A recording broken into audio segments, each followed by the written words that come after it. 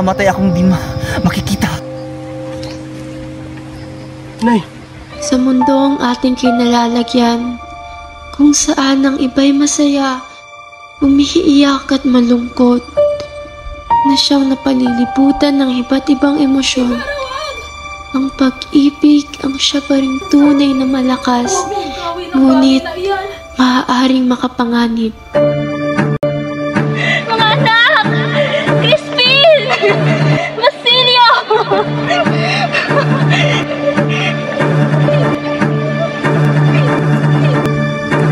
Ikaw lamang, Crisostomo Ibarra.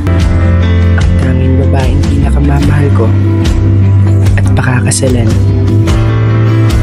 Solo 2, Maria Clara. Akala nyo ba?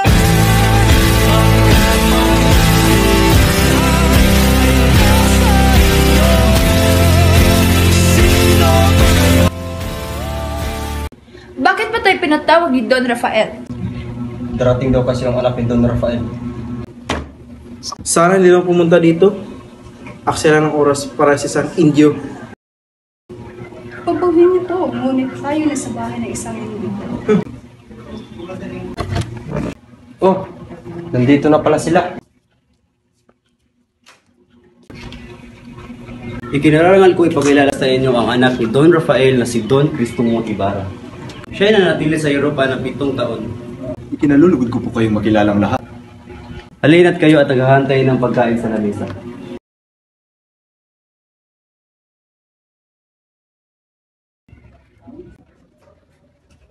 Umupo po tayong lahat.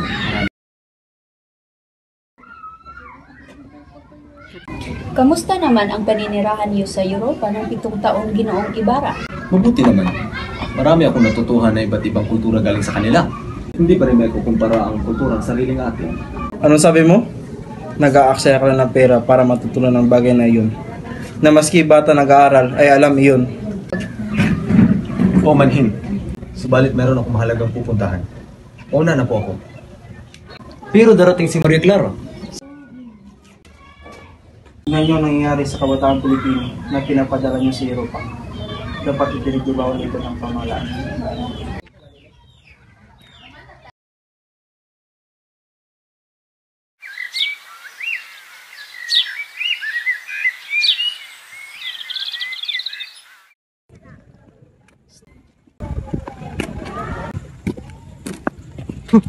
Teniente, kayo po pala. Ano sadya ninyo? Ginoong Ibarra, may dapat pa kayong malaman tungkol sa pagkamatay ng iyong ama. Tungkol sa pagkamatay ng aking ama? Oo, tungkol sa pagkamatay ng iyong ama sa loob ng bilangguan. Bilangguan? Namatay ang aking ama sa bilangguan?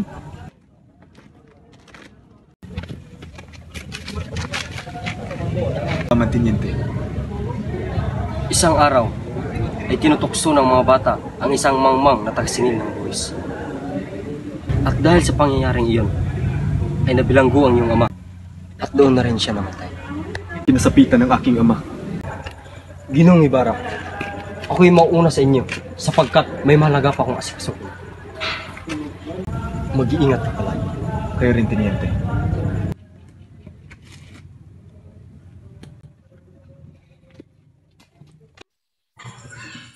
Makalipas ang masinsinang pag-uusap ng dalawa, napag-alaman ni Ibarra na napagbintangang ikilibustero at giniit sa kasalanan ng kailan may di niya ginawa, ang naging tunay na dahilan ng pagkamatay at pagkakulong ng kanyang mahal na ama.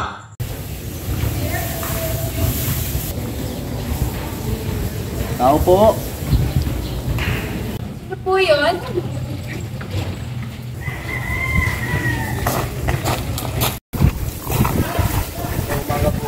Umaga po. Umaga rin po. Ito kayo. Ito kayo palang namin. Hi. Hanggang ngayon hindi pa rin siya dumadating. Marahil siguro, marami inaasikaso. Maria! Ibarra?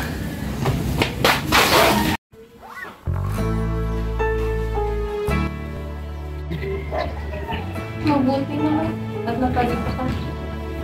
Kamusta ka na? Ito, mabuti. Tara, Umupa tayo doon.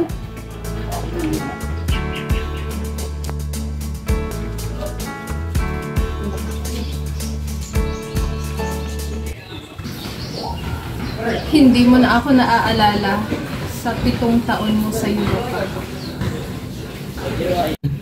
Mahal ko, kahit saan lugar man ako mapadpad, ikaw lagi ang aking naaalala.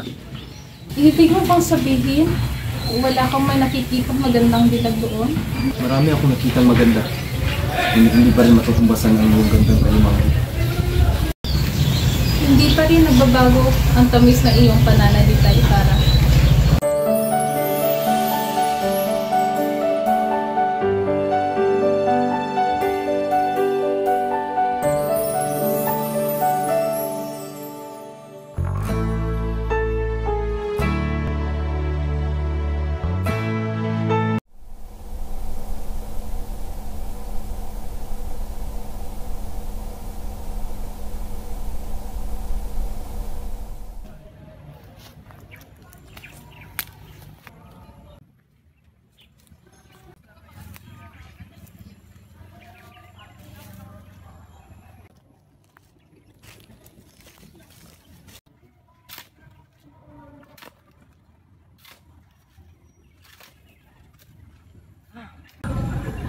Kumusta na kaya yung pamilya na aking tinapon sa may ilog? Ano sabi mo? Itinapon mo ng bagay na nandito! Ha? Opo, umuulan po kasi ng mga panahon nito kaya tinapon ko na lang po ito sa ilog. Mabigat. Anong karapatan mong gawin ang bagay na yun sa aking ama? Pinagutusan lang po ako! Kung gayon, sino? Ipinahukay lang po sa akin ng kurang malaki ang bangkay ng iyong hinahanap.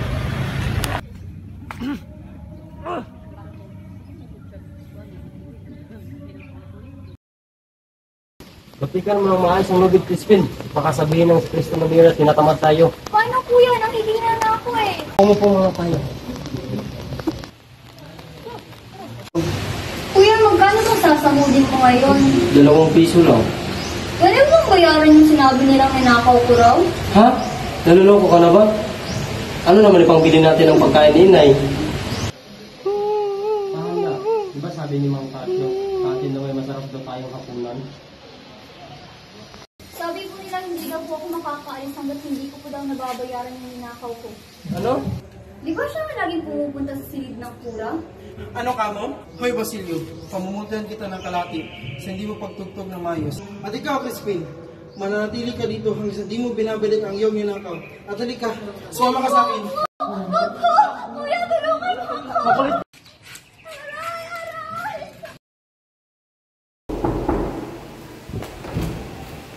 Nay, si Crispin po. Paano na yan, Crispin? Ginawa ko sila sa Kristong Mayor. Bakit? Pinaratangan mo sa magnakaw. Hindi ko na rin po alam kung saan siya dinala ngayon. Diyos ko po, kawawang Crispin po. Pinaratangan siya magnanakaw. Pero hindi ka kumain ka lang muna. Nay, wala po akong gana. Bakit? Huwag ka mag-aalala, kakausapin ko ang kura bukas.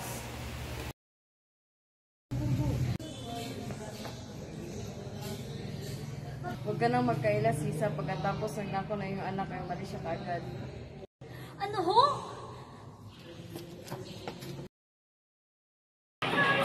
Marating ka dyan hanggat hindi papakita yung mga anak mo.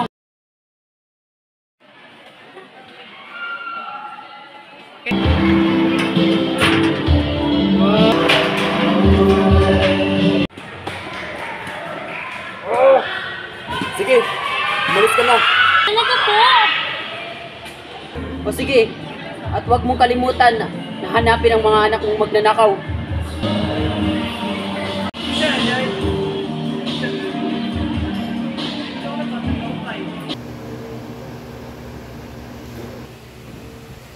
Crispin?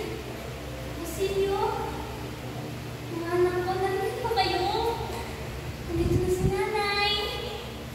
Crispin?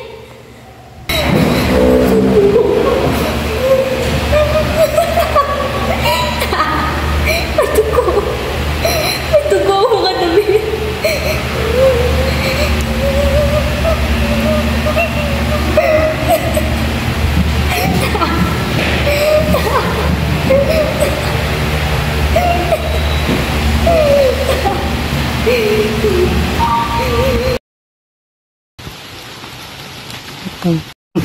Ginoong, dito po'y tinapon ang bangkay ng iyong ama. Ha? Kung gayon, dapat ko palang ipagpatuloy ang nasimulan ng aking ama. Ang ibig sabihin ay? Oo, tama. Magpapatayo pa ako ng mga paaralan upang marami pang bata ang maturuan. Talaga po? Maraming salamat po. Walang anuman. O siya, ako'y mauna sapagkat meron pa akong mahalagang pupuntahan. Sige, mag-ingat po kayo. Tasyo, magandang umaga po. Pitong Ibarra! Pasok po kayo. Kinarangal ko po kayong maging panauhin. Salamat po. Upo po muna kayo. Ano po ba ang magkararangal ko sa inyo? Ibig ko po sanang bigyan ninyo ako ng payo. Kagaya na pagbibigyan niyo ng payo sa aking ama. Ito'y patungkol sa pagbabalang kong pagpapatayo ng mga paaralan. Ako ang iyong tatanong. Mas nararapat kang sumangguni sa mga pura na sila ang may lakas mo loob. At kailangan mo din ng tibay at ng loob na siya ang magiging gabay mo. Paano ko ako nabigo? Mabigo ka man ang iyong panukala at iyong kinukuha naman ang iyong isip na ginawa. Ang lahat ng makakaya. At ang tibay ng iyong loob ay siyang magiging tanglaw sa lahat. Malaki po ang tiwala ko sa inyo. Hindi po nasayang ang aking pagpunta dito. Sa ngayon, ako'y magpapaalam na muna. Maraming salamat po. Sige, mag-ingat ka.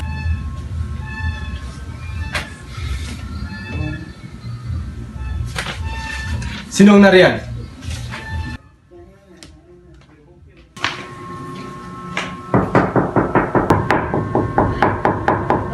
Ilyas, ikaw pala. Pumasok ka.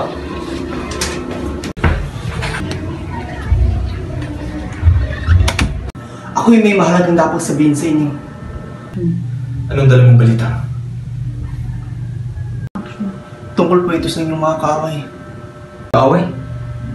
Meron akong mga kaaway. Marami po sa panahon ngayon ang hindi sulunin kundi maraming mga tao lalong nakakapuutan. Isa na po sa inyong mga kaaway ay kamamatay lang po kanina. Kita-kita ko po sa aking mga mata ang pagsasagawa niya ng plano.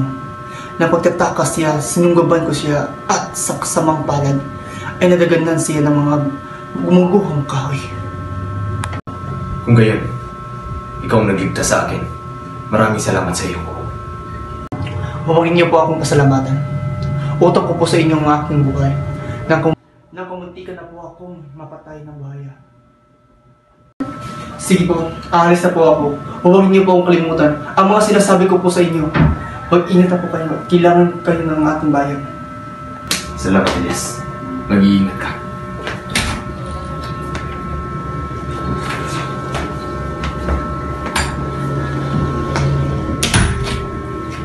Sino pa kaya ang mga kaaway ko dito? Sobrang naging gastos ng paralang iyan. Ang hirap lang sa mga Indio ay nakapag-aral ng kaunti. Akala mo kung sino na. Buhay pa man ay pinarusahan na ang ganyang pagmalaking tao. At mga taong iyan ay namamatay na at namubulog sa bilangguan. Tulad ni... Wala kang karapatang alipustahin ang banal na alaala ng aking ama! Dasal ka na raw, ay kayo mo nalalaman! Wait, narating ang oras mo! Pero wag! Nangalang sa akin! Huwag mong gawin ang bagay na iyan!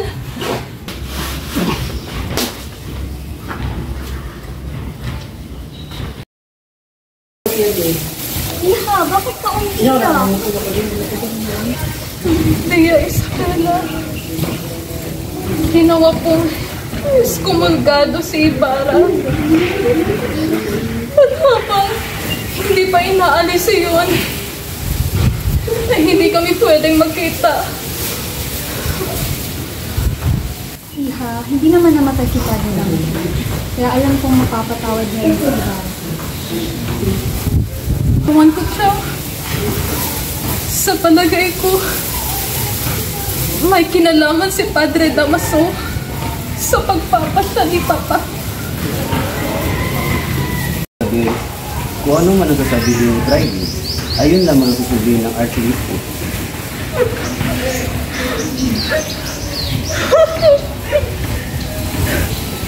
Naluloko ka na ba?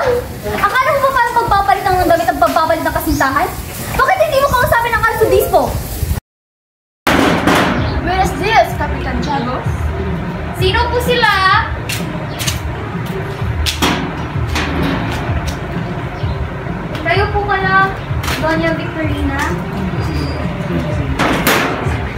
Ako kayo?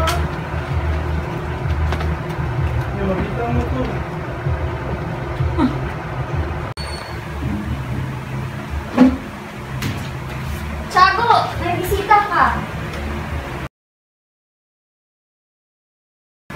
Maupo po kayo. Maraming salamat po. Pagpaumanhin niyo po sapagkat ako may gagawin pa po sa kusina. Nabalitaan ko nagkasakit si Maria Clara. Kaya din ako dito si Dr. Espadani. Isabel, pwede mo bang samahan si Dr. Espidanya sa silid ni Maria Clara? Ay, oo, sige. Halin po kayo at sasamahan ko kayo sa silid ni Maria Clara.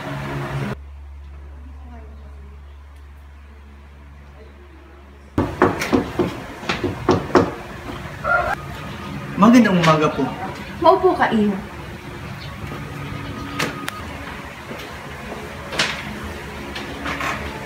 Tiago, ipinaggagalaw kong ipakilala sa inyo si Don Alfonso Linares, ang inaanak ng isang kamag-anak ni Padre Damas. Masakit daw ang aking inaanak. Oo, Padre Damaso.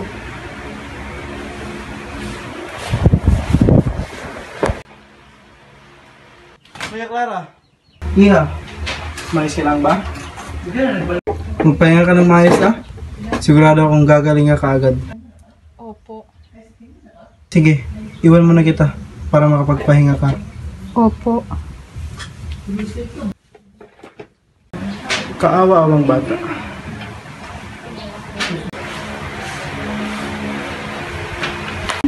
Ako pala si Linares, ang inaanak ng iyong bayaw na si Carlos. Ikaw pala yun? Kinagagalang kitang makilala. Ito pong sulat ng aking ama at ina.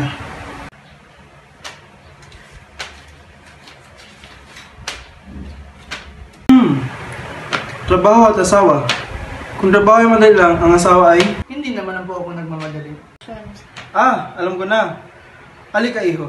Asumaman ka sa akin. Isabel, pwede Clara, na gusto ako ipakilala sa kanyang panauhin. Sige po, Padre Damaso. Iha? Tia Isabel? May gusto daw ipakilala sa iyo si Padre Damaso. Sige po, Tia. Papasukin mo po sila. Padre Damaso, maaari na po kayong pumasok. Halika, Iho. Sumama ka sa akin.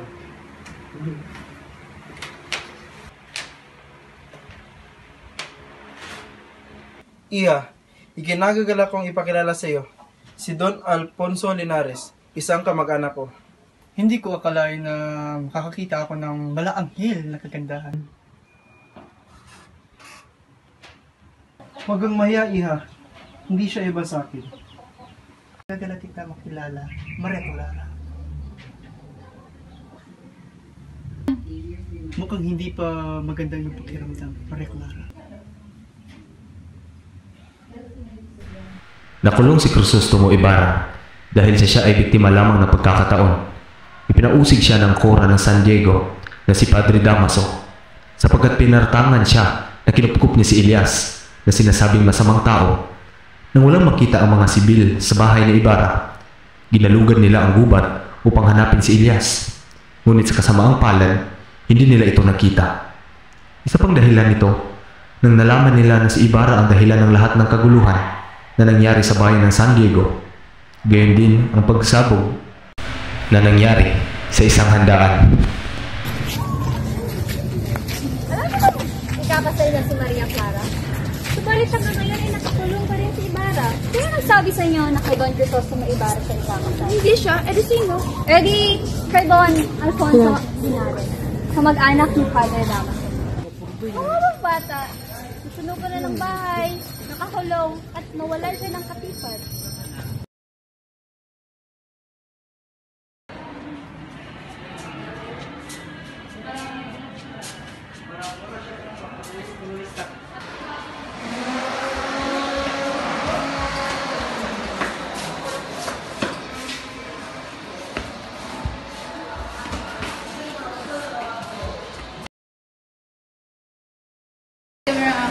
Kayo nang bahala sa mga kamay at unang bahala iligtas si Ibarra. Sige!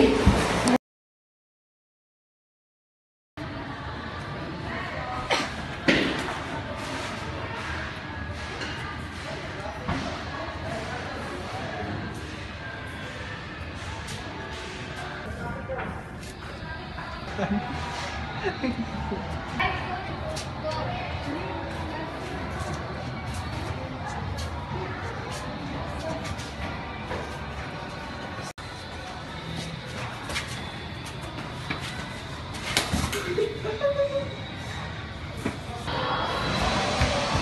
ka pa nakaibara?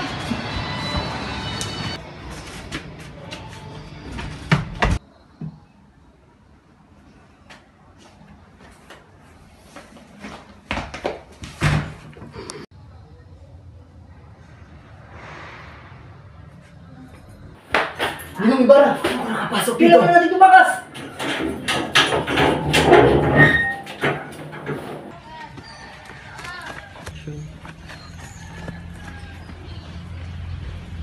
Apa, si Ibarra at si Elias yun o.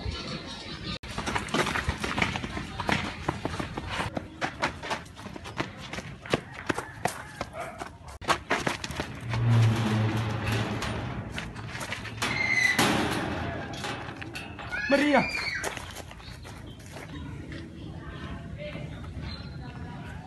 Sabihin ako sa'yo. Pumasok muna tayo.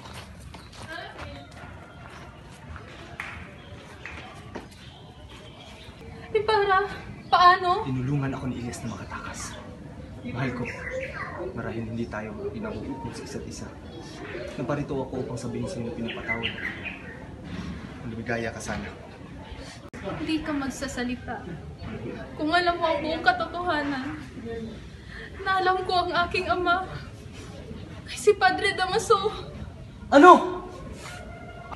Ama mo si Padre Damaso? Saglit. Huminahon ka muna.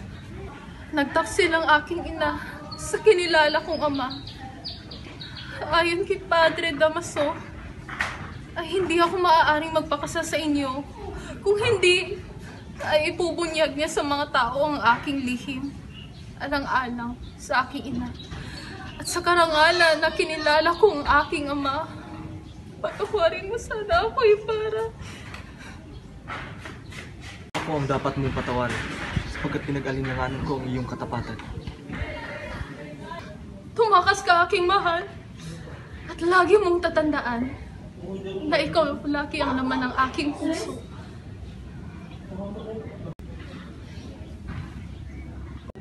Paalam, aking mahal.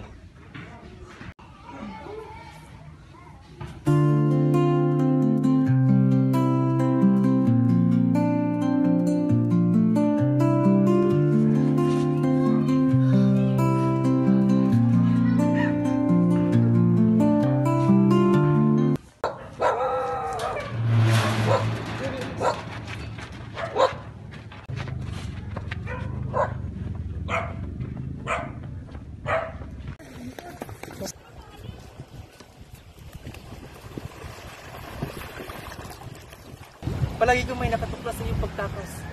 Yayamang iisa ang ating kapalaran. Sumama ka sa akin sa ibang bansa. Nagtagpuan na tayo. Magtago ka na, Ginoong Ibarra. Tatalon ako para hindi nila kalain na may tao sa bangka. Mag-iingat ako.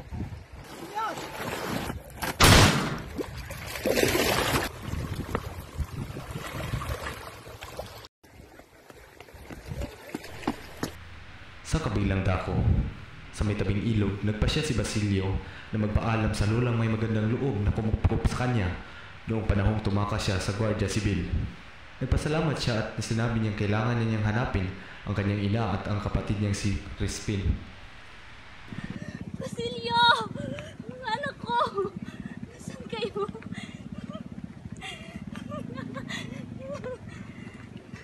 Mga anak! Crispin! Basilio!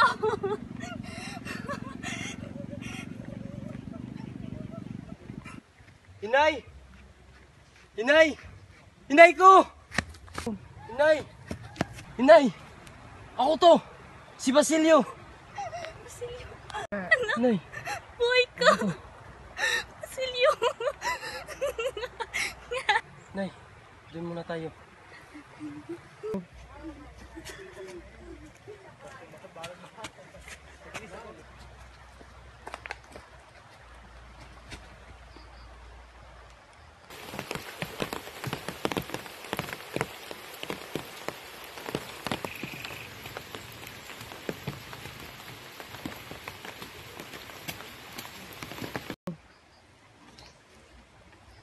Nay! Nay! Nay! Inay! Nay! Sino ka? Anong ginagawa mo dito? Ako, si Basilio. At ang babaeng ito ay aking ina. Basilio, magbukang liwayway. Ay patay na rin ako. Manguha ka ng kahoy. Pagkatapos ay bumalik ka dito. Itapon mo sa aming bangkay. At kami ay iyong silaban. Pagkatapos ay humukay